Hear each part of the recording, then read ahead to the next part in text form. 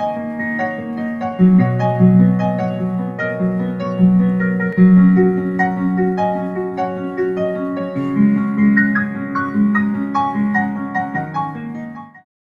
justement, Educavox a fait plusieurs reportages sur l'école 42.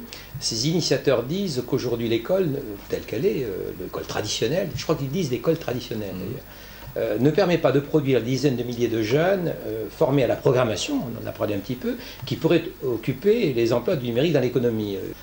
Par ailleurs, ils accueillent des jeunes qui quittent nombreux l'école car celle-ci ne leur permet pas de réussir. J'ai pu interviewer quelques-uns de ces jeunes, c'est effectivement ce qu'ils disent. Alors, l'école est-elle à ce point inadaptée au monde numérique dans lequel nous sommes entrés? Là, vous posez deux questions différentes. La première, c'est la question de la culture numérique que je viens d'évoquer. Elle est nécessaire pour tous, ça me semble évident. La deuxième question, c'est la formation d'experts en numérique pour la société de demain et pour l'industrie de demain. C'est une autre question et je crois que là, la place de la formation au numérique est pleine et entière, et peut-être faudra-t-il se poser la question dans les programmes de savoir si cette dominante informatique et numérique doit être plus importante, mais est-ce qu'elle doit être plus importante pour tous ou pas? Ça, c'est une vraie question.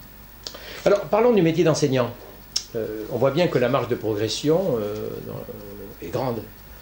L'État est prescripteur pour ce qui concerne l'évaluation des élèves avec les modes d'organisation des examens, donc l'évaluation institutionnelle. Est-ce une clé d'entrée pour faire évoluer les choix didactiques, donc la relation pédagogique? Alors, si vous parlez des examens, ils sont forcément interrogés, ne serait-ce que par la logique des compétences. Aujourd'hui, la question de l'évaluation, elle pose la question de l'articulation entre contrôle continu, contrôle en cours de formation, examen terminal.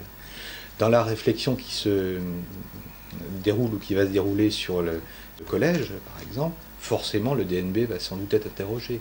Là aussi, c'est une question qui va être fondamentale. Mais aujourd'hui, effectivement, l'entrée dans le numérique permet de poser la question du suivi des élèves différemment, et notamment par les livrets de compétences, par exemple, d'assurer un meilleur suivi, un meilleur accompagnement des élèves individuellement, et donc pose la question de la validation de leurs compétences en fin de cursus. Donc pose la question inévitablement des examens. On le voit, l'écosystème numérique bouscule toutes les pratiques, et en particulier celle de l'école. Mais en quoi l'impact du numérique sur les politiques publiques de l'éducation prend-il un nouveau sens? Le numérique dans l'éducation, en relation avec les questions des politiques publiques, renvoie à la question des partenariats. Et je crois que le numérique a une vertu, et je pense notamment au grand chantier des ENT qui, depuis 10 ans, nous anime beaucoup. Il a beaucoup de vertus, mais il en a une en tout cas, c'est d'avoir permis aux collectivités et à l'État de mieux travailler ensemble.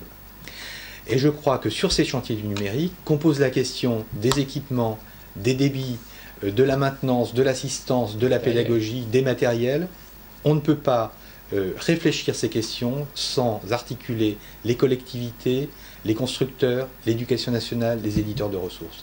Et je crois que c'est un beau chantier de collaboration et de coopération, de co-construction un petit peu à l'image de ce qu'on souhaite dans le numérique. Est-ce qu'on peut dire la même chose dans la relation entre le public et le privé?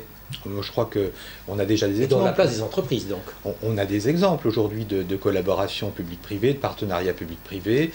Je crois que notamment dans le domaine de l'édition, j'ai entendu récemment qu'il y avait une coproduction CNDP avec un éditeur, des CRDP sont impliqués dans cette collaboration. Je crois que les éditeurs privés sont très intéressés par l'expertise d'opérateurs publics autour des ressources. Il y a aussi des constructeurs privés qui se rapprochent de l'éducation nationale pour compléter l'expertise qu'ils n'ont pas toujours dans le champ pédagogique. Donc je crois qu'on est dans cette culture du partenariat, de la transversalité, du travail en commun pour construire ensemble. Démarche de l'UX design, expérience utilisateur à l'usage des entreprises, par exemple. Votre cheminement personnel, on va en parler un petit peu, est allé comme nombre de vos collègues de la classe vers la haute administration, mais vous présentez une originalité, c'est celle d'avoir été en charge de la formation des cadres de l'éducation nationale à l'ESN durant un peu moins d'une dizaine d'années. N'y a-t-il pas là, pour ce qui concerne le numérique éducatif, une priorité absolue? Je pense à la formation des cadres intermédiaires de l'éducation nationale. Ça, vous prêchez un convaincu, mais je ne suis pas le seul convaincu, puisque si dans la lettre de mission, au programme de travail que fixe le ministre, il souhaite mobiliser la réflexion de ces 4000 inspecteurs, c'est bien parce qu'ils misent aussi sur le pouvoir de transformation que peuvent avoir ces cadres intermédiaires ou ces cadres supérieurs dans l'éducation nationale. Alors, je pense qu'il y a plusieurs raisons à miser sur la formation. D'une part, je crois qu'il faut absolument que les cadres, les inspecteurs, soient des leviers de transformation. Les personnels de direction aussi. Et les personnels de direction, mais vous m'interrogez sur les inspecteurs. Il faut que les cadres de l'éducation soient des leviers de transformation du système, et en tout cas pas des freins. Notamment pour libérer les initiatives. Je crois que il faut, bien sûr qu'il faut des cadres de référence, il faut un certain nombre de normes. Il faut aujourd'hui aussi que les enseignants soient dans une culture de la confiance, et que cette confiance, elle s'exprime dans des innovations qu'on puisse accompagner, et les cadres sont effectivement là pour accompagner ces innovations.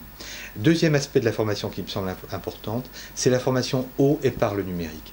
La formation au numérique, on formera les cadres numériques, il n'y a pas de grande difficulté, même s'il faudra définir les contenus.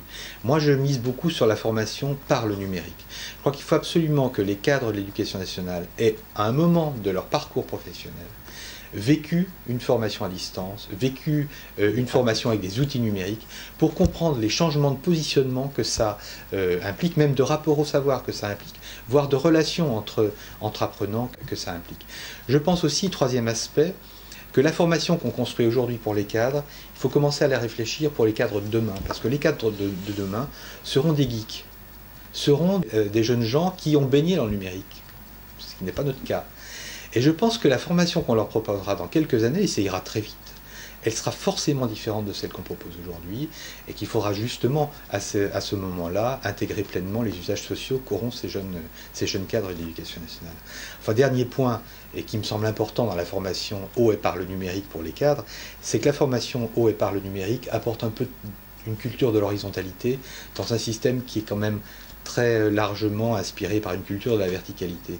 Et je crois que permettre aux cadres de comprendre que l'horizontalité dans les relations et dans la construction du savoir, c'est une plus-value pour la réussite de tous, je crois que c'est un point extrêmement important dans la formation des cadres. Merci beaucoup Michel Revers-Chambillot. Je vous remercie de le temps.